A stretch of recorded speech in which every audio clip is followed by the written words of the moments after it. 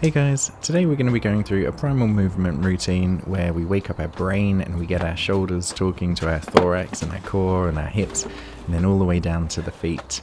I'm training for an ultra marathon at the moment, so this is a really good thing to do as like an active recovery on a day off from running, or if I'm feeling a bit tight but also want to get a bit of strength on the go.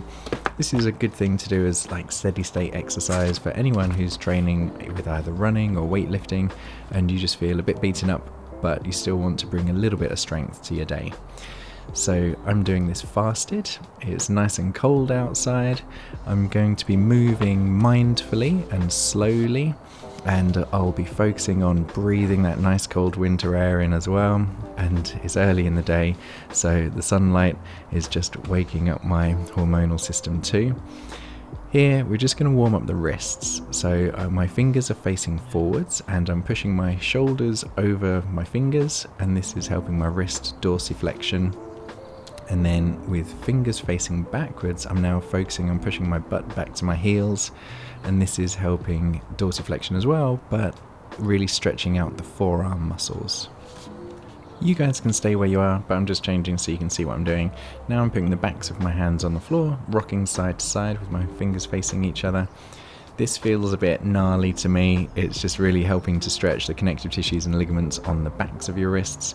And then to get into the forearm muscles, this one's a bit mean, but if you put your fists together and try not to let your fingers pop up into the air while you rock side to side and then gradually straighten your elbows, it stretches your forearm muscles. This is actually really good for me as an osteopath and where I use my hands a lot, and it's good for anyone who does lots of barbell work and weightlifting and things. Here we're going to wake up our feet so that we're preparing our feet for what we're about to do. I've got one foot in front of the other slightly, and I'm going to focus on the back knee touching the floor. I'm pointing my back knee to 12 o'clock, 1 o'clock and 11 o'clock. And we're just going to do 3 rounds of those 3 points on the clock. Slightly to the inside, slightly to the outside, straight down the middle. This is getting my back toes. You can see those back toes going into dorsiflexion. I've just spun around to face you, but if you switch feet now, so my back foot is now my right foot, and I'm focusing on the right knee going down. 12 o'clock, 11 o'clock, 1 o'clock. Really feeling those little foot muscles wake up, and even your core and your hips having to stabilize alongside with your foot. Take a breath. And we're going into a wide kneeling stance, pushing that butt back and just having a little wriggle in the child's pose with wider knees. And now rocking. So this is actually the first part of our primal movement routine. Rocking is something we do as babies as we're starting to explore the world, and it's a precursor to crawling. And it's an important movement for us to use even as adults, and I like it because it gets my shoulders looser as I push my butt back. My shoulders go into hyperflexion and it's getting the hips. If you push back and reach one hand through, threading the needle, this gets a nice spinal rotation. The knees are wide, but the heels are relatively close, so we're getting nice abducted and externally rotated hips, getting into the groin muscles, cleaning up those deep connective tissues of the hips.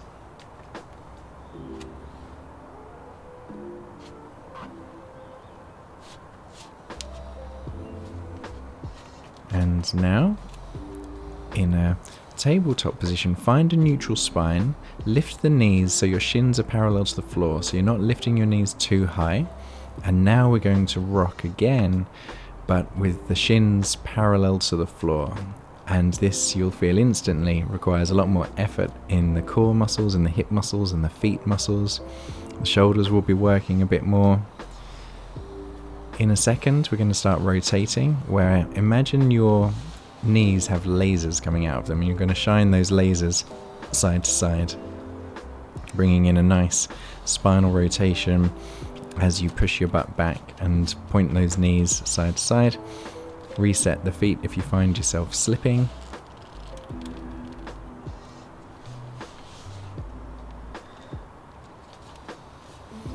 And again, have a little wriggle, let the lactic go, take a breath.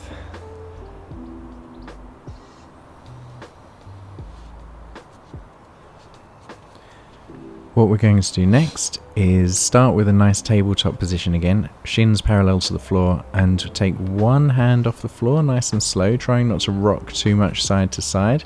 Then the other hand, then we're going to go 1 foot and the other foot. We're just trying to wake up that feeling of bracing our body while we remove one of our support systems. So one hand off the floor, nice and slow. Other hand, trying to think of a cat prowling and be nice and elegant with your lifts. Feeling those ab muscles stabilize your spine and your pelvis. Having a rest between each round. Reset the spine before you start again.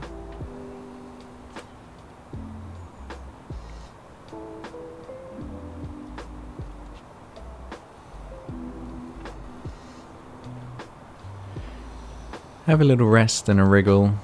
Let any lactic go if you need to.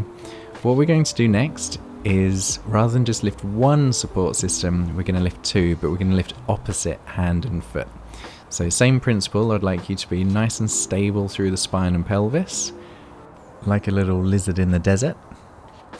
Lifting opposite hand and foot, feeling that brain work in overtime, trying to stabilize all those little micro movements throughout your hips and shoulders and back. Try and coordinate your breathing with your movement as well, using that pressure through the abdomen from the diaphragm to help bring you stability. Have a little rest, wriggle if you need to. We're going to go one step further now from taking opposite hand and foot off the floor. Try and think of elegance, and we're going to take one hand and foot, just one step forwards, one step back. My knees aren't going too high, my butt isn't going too high.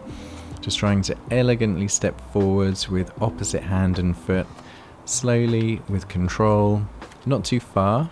You're not doing big steps. I rather think that slow and control is the most important thing. Couple more reps and then you can have a little rest. Shake it through. Any lactic can just dissipate. Have a nice breath. Feel your body waking up now nicely. The next thing we're going to do, we'll be starting in a press-up position. So as with everything we've done so far, think about posture and control. Try and have a really perfect press-up position. And we're going to do a rotation starting with our foot. So lift the foot up into the air with one side and then take it across until you feel tension through your abs and your lats, and that tension will drag you over. I just fell down the step, and take the hand up in the air. The opposite will happen to go back. So you use your hand first, reach across, foot back down. So now we'll go the other foot. So foot goes up in the air and across until you feel tension through your lats, dragging your hand off the floor. See if you can hold on just 2 points of stability for a few seconds, and then reach with your hand to go back. Use the tension from the lats to drag your foot back over until you get into the press up position. So foot goes up first, up and across. Tension from the lats and the abs drags that hand off the floor. Find that balance point with 2 points of stability. Drive your hips up into the air. Hand goes up to the sky.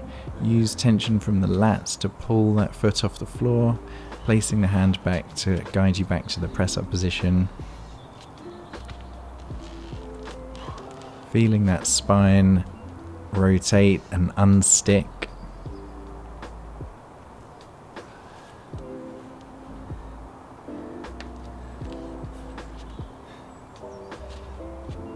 Last one, each side. If you need to rest, have a rest. I'd rather you do good reps than messy reps. Mine are a bit messy when I fall off that step. But try and have nice, controlled, good reps with each side. And after this last one, you can have a little rest. Really feeling the body, feeling the shoulders talk to the thorax, the core talk to the hips talk to the feet. Shake it through. Breathe. Notice your body waking up.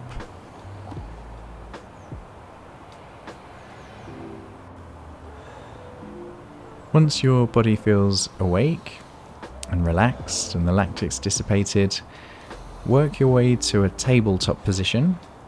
We're going to start with that starting point of having the shins parallel to the floor, so curl the toes under, lift the knees just a little bit off the floor, and we're going to go for a sit through, which means you'll drive one foot through and lift one hand off. You'll see my foot coming at you now, so we're driving that foot through, straightening the knee, resting on those 2 points of stability of opposite hand and foot, having a nice spinal rotation, not driving the butt too high into the air, everything's quite low. We're also moving quite slowly. I see people using this in high intensity interval training, which is obviously fine if that's what your goal is, but our goal right now is control. It's waking up the spine, waking up the brain, being mindful, coordinating our breath with the movements. That winter air feels lovely in the lungs as your body wakes up. Shake it through a few mindful breaths.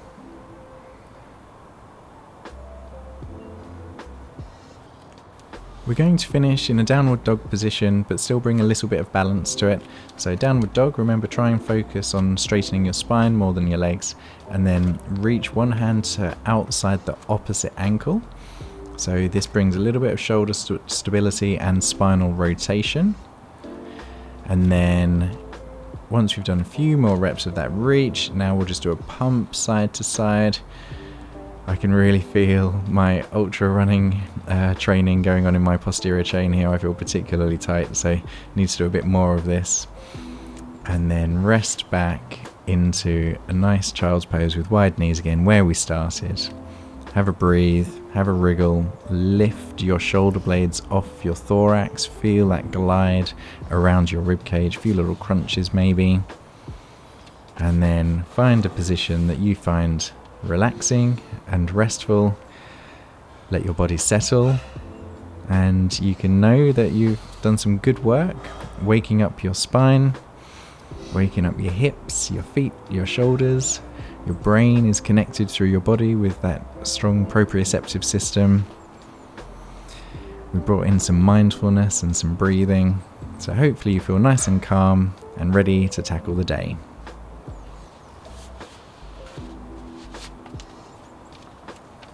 If you found this video helpful, give a little thumbs up below, drop me a comment telling me how you got on, and until next time, have a healthy and happy week.